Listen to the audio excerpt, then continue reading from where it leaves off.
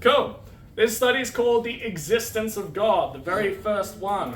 Someone doesn't believe in God. How do I help convert them? Okay. What, this person's an atheist. What do I do? They don't believe in God. How can they? This is what they need. Okay. Who was this study made by? Okay, it was made by Kip, along with the help of this incredible brother called Raja Rajan. He's from India. Shout out to my Indians. And he's a very, very knowledgeable person. Studied quantum mechanics, quantum physics, nuclear physics, and all these different kind of stuff. So he was very, very intellectual. Oh yeah. He would sit there and he went from being a Hindu to a Buddhist to a Muslim to just a flat atheist. And then people would literally come to him on the university, and he would sit down with them and go, let me explain atheism and all this kind of stuff and prove to you why the Bhagavad Gita, the Quran, or whatever you believe, or Buddha, and all these kinds of people are wrong. They would walk off and they would stop believing what they believe. Oh. This is the kind of person who made this, okay? So it's very smart, very intellectual. So these are really cool points that you can really take from. Now this study is very simple, okay? Anybody can do it. For most people who don't believe in God or are genuinely searching for God, this study makes a lot of sense. And to those who struggle to understand or accept this study, it's most probably because they're not really open to actually seeing if God's actually real and are going to take some time. Okay? So there's no need to continue through to the other studies unless the person actually believes in God. No need to go through. You can do this other one called How Scientific Proof God is Real. We also have that in OneNotes for the Christians. That's another great study. Just send them the notes so they can actually follow along, come back, ask you questions if they're genuinely interested. But I would sit down, and I would literally sit down when I was living in Hong Kong with this guy called Law, and he didn't believe in God. I sat down with this study, his mind was blown. He was just like, wow, 100% believe in God. There's an open person who wanted to believe in God. Okay? So if the person's first language isn't English, it can be hard to do that. So it's always great to have a translator. That's always very helpful. So you basically, how do you lead the study? You basically just kind of read through it.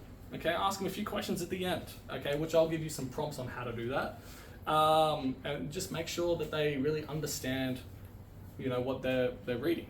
So the purpose of this study is to bring atheists and agnostics, so people who believe there's something but not too sure, to the conviction that God is very real and the evidence is undeniable. So the scripture that is based off this is Romans chapter 1, verse 20. For since the creation of the world, God's invisible qualities, his eternal power and divine nature have been clearly seen, being understood from what has been made, so that people are without excuse. God has made himself known through his power, through his divine nature, evidenced in his creation. And science backs this up. Come on. Okay, so we're going to take a look at 3 points. We're going to look at, first one, cosmology. Maybe for some people that might be a big word. So cosmology is the science of the origin and development of the universe. Basically how all the stars and the planets existed. Okay. A really, really helpful thing would be to open this link that I actually have on the study. Okay. That proves God's real in 5 minutes. Okay, by some really cool scientists. So that's a great one. But starting off the study, you got to help them understand if every effect must have an adequate cause. So for example, I don't know where my phone is, but let's just go with this. Okay, if I put this here and I lift it up and I let it go, it falls. Cause that lifts it up, an effect that it brings it down. There's only 3 explanations as to the cause of the universe. 1, it's self-created. 2, it's always existed and therefore is uncreated. Or 3, it was created by a being other than itself. Those are the only 3 possible explanations if we go off cause and effect. So self-creation, I'm just going to break it down for you. I like to use logic, okay? So just use logic, okay? Very simple, okay?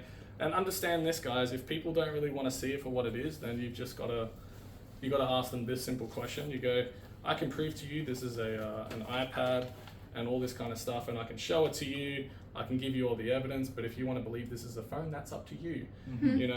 I could use a little phone thing here and go, I want to call people or whatever. But unless I actually, show them or use like very logical sense, it's going to be hard for that person to actually understand. So maybe they don't even think it's a phone. Let's just go with banana. If they think it's a banana, they're always going to think it's a banana. Okay, no matter what you say. So you want to ask them, if you believe this is a banana, okay, or if you believe this is an iPad and I can prove it to you, will you believe? If they say no, you're most probably wasting your time, okay? Because no matter what evidence you said, they've already made up their mind. You're looking for people who haven't made up their mind, they're wanting to know, okay? So,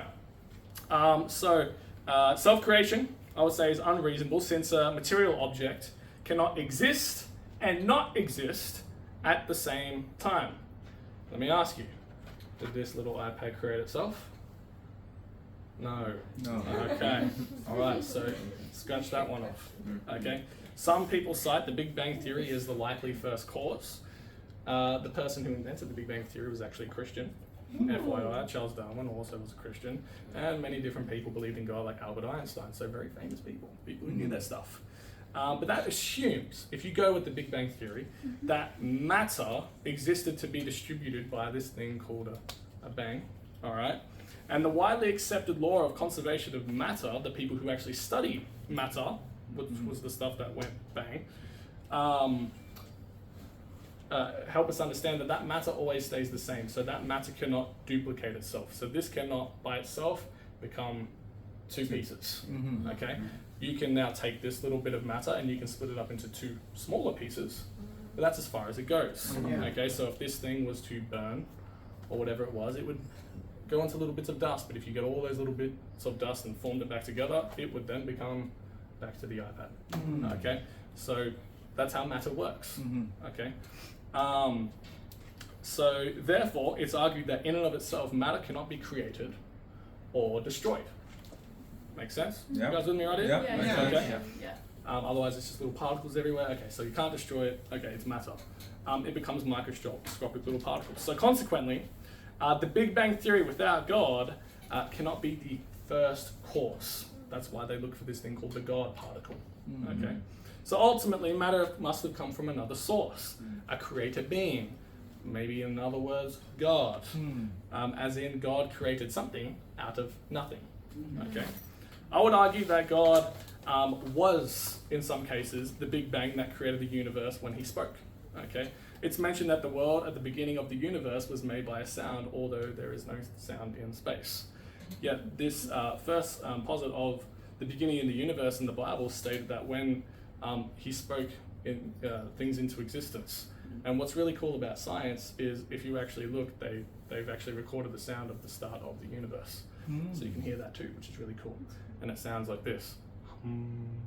Okay, so if you wonder why people who practice Hindu always go, or Buddhism, they go, okay, that's why.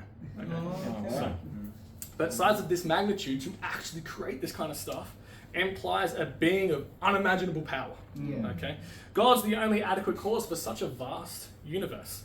Consider these scientific observations. So I'm just going to give you some facts, things that we actually know. That's all I'm doing. Okay. The Earth is a 6 quadrillion kilogram sphere rotating in space. That's how heavy this thing is. Pretty heavy. Now our sun, okay, which is a star, by the way, has a diameter of 1.4 million kilometers, which is 100 times that of the Earth. And you could actually fit 1.3 million Earths inside the sun. Dang. Okay, so if you wonder how big the sun is, it's very big compared to the Earth. Okay, so we're starting to feel a little small. Now you get even bigger planets, and they make the sun look like a little speck. And then there's even bigger ones than that. Okay, just YouTube that kind of stuff, it'll blow your mind. Anyway, so that's composed in one galaxy, and there's about 2 billion of these stars, different sizes and shapes, of these stars and planets, all in the Milky Way galaxy. That's just one galaxy. That's a lot. That's crazy. Now, understand this. That's one galaxy. There's over 2 trillion galaxies around the world, in the universe, sorry. And scientists have even estimated that the distance from the Earth to the edge of the universe is 47 billion light years. However, it's difficult to estimate how far the universe extends beyond what we can see, since many believe the universe is expanding since the start. But they believe it's about 13.7 billion years old, so quite old.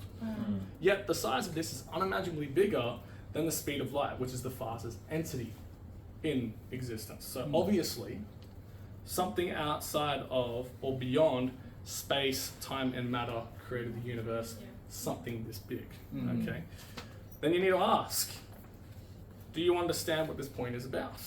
Have you understood what it's about? What do you understand from this? Like, what are you getting from this? Which point stood out the most? Okay, these are the kind of follow-up questions you need to ask after that point. Okay. Second one, teleology. Now, another big word. Now, teleological proof of God's existence asserts that when an object reflects a purpose, a goal, or design, it must have had a designer. Okay, so you needed like an actual design. We'll go with like creator. Okay, so an analogy. I wish I had my phone on me, but it's recording. Analogy, here we go, of an iPhone. Okay, found on the beach. Let's just say this thing washes up on the beach. Okay, now let me ask you, did this beautiful iPhone 13? I don't know which one. Yeah, 13. Did it just simply exist because of millions of waves and volcanic eruptions and wind and sand? And obviously not, right? It needed a creator. It's a very complex device, okay? Which means there must have been an intelligent creator, okay? Now, if there's any people that like Android and all that kind of stuff at the start, let's just say that they're both the same. God is also a God of order. Now let's take the periodic table for those that like science. Yay! Okay. So in science, the periodic table is used in physics, chemistry, and biology with a consensus by scientists. This simple chart arranges all the chemical elements known to man by their atomic number, electron configuration, and recurring chemical properties. Let's go chemistry. In the basic form, the 118 elements are presented in order of increasing number. The number of protons in the nucleus of the atom. Okay, so that's kind of how it works. This was originally conceived by Dmitri in 1869, and he rightfully predicted that were elements with successive numbers from 1 to 94. Therefore, what he actually did, which is really interesting, he left gaps for those undiscovered elements in which over a century will all eventually discovered. Today, the entire known universe, there are only 94 natural occurring elements. The rest of those things that are in the periodic table are man-made. Okay, so they weren't natural. So in conclusion, what am I trying to prove a point here? We're so exact but few building blocks to build the entire ever-expanding universe. There must have been one master creator, since we understand that not everything is created naturally. Okay, it didn't evolve. It needed someone to design it. Okay, now let's take the solar system. Okay, again we see a God of order. The position of the sun and the way the 9 planets are arranged is very precise. The distance from the Earth to the sun supports the perfect conditions for humans to exist. Had the Earth been a little too far, it would freeze. Had it been too close, would burn. Okay, I hope you guys know that bit. Right, so it's very, very precise. And another cool thing, if Saturn was too far, would be destroyed by different asteroids. So the little ring that comes around, okay, actually stops all these like little asteroids and meteorites actually hitting the Earth. Okay, so the more you know, you move these things a tiny bit, we would cease to exist. A God of order. Okay, these distances are very too precise to be coincidental. It's not by accident. Okay, but do you understand? Again, you got to ask these questions. Do you understand what you'll get? Like, what do you understand from this point? What stood out the most? And how does this change your understanding from the point of view of having a designer or creator? So you ask these questions, making sure they actually understand it. Okay. Last but not least, anthropology. Now, again, anthropology is the study of man, anthropos, his biological, physiological, and sociological characteristics. Essentially, what makes us human? What makes us human beings? Okay. Genesis chapter 1, verse 26 to 27. This is what God says about when it comes to us, human beings.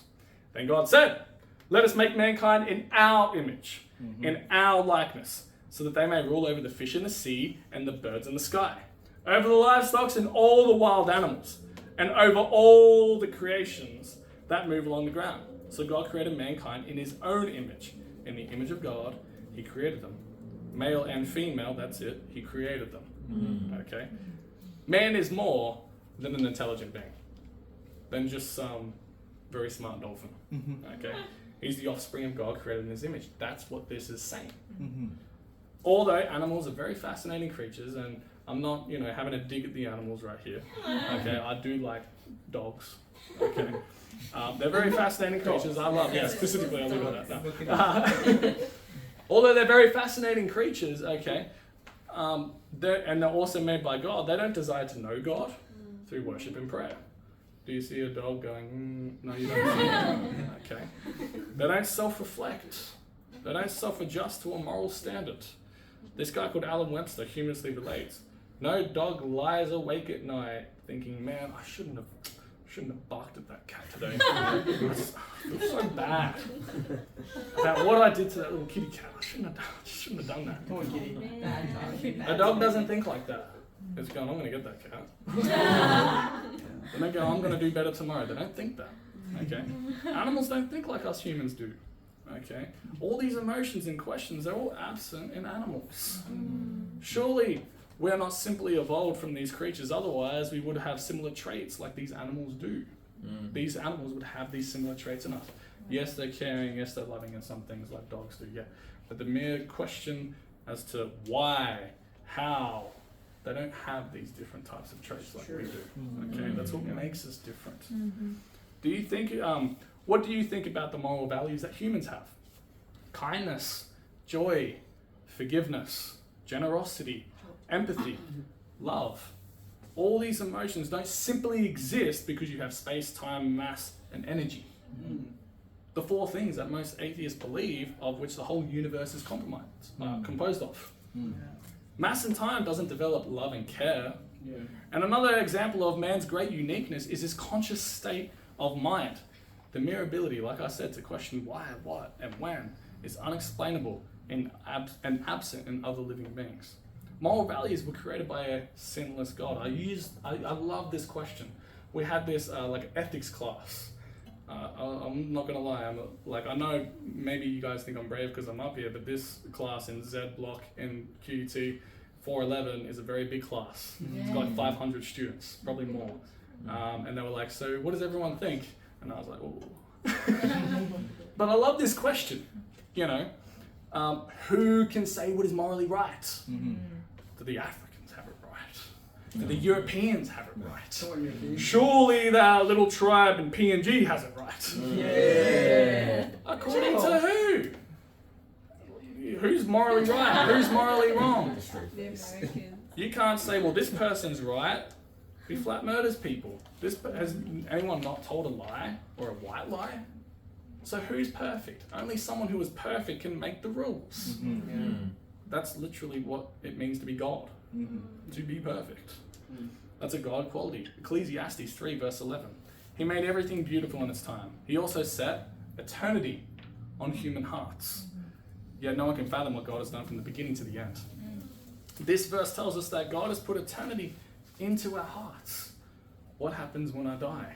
I mean, you're out there in an ocean, you go, you're in trouble. Or maybe some of you guys have had that late night and, you're in sin and you go, God, if you just help me out right now and I'll never do it again. And you go to God in that moment. We've been there. And maybe that person just never even believed in God in the first place. But God's set eternity in our hearts. Mankind wonders what will happen to them when they die. And they sense there's life after death. How do I know that? Go talk to me and tell me you still don't believe in God when your family member dies. Well, don't go tell them, you're probably going to go, they're in a better place now. Well, according to that logic, they're just dirt. That's all they are, decomposing. That's not how people think. They start to get emotional and all that kind of stuff. Again, now because you're getting emotional, you're proving God's real. Time, space, matter, all those things doesn't mean it. But the anthropological proof for God's existence states that if eternity and morality exist, then so does God. He alone gives life and he alone has the power of death. So cosmology, teleology, and anthropology, the evidence of God's eternal power and divine nature, have been clearly seen, leaving us without excuse but to believe in the existence of one true God. Then you simply need to ask, do you believe that is who God is? Why do you believe that? Why don't you believe that? Right. And then if they start to go, okay, yeah, I believe that, here's a simple task. I know everyone's going to go read John. Tell them to read Mark. read the book of Mark, because that comes in for the next studies. Okay, that's a part of the Jesus Study series, because God has all these different qualities. In the next study, it proves God it's the God of the Bible that is God, not the other ones. So it'll help prove that. And if this makes them believe in God and Jesus already, then get them to just go on to the next Bible study, seeking God. Does that make sense? So my challenge, take some notes.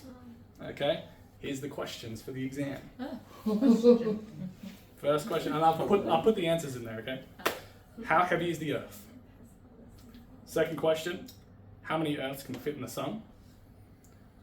Third question, how many elements of the periodic table are man-made? What makes animals and humans different?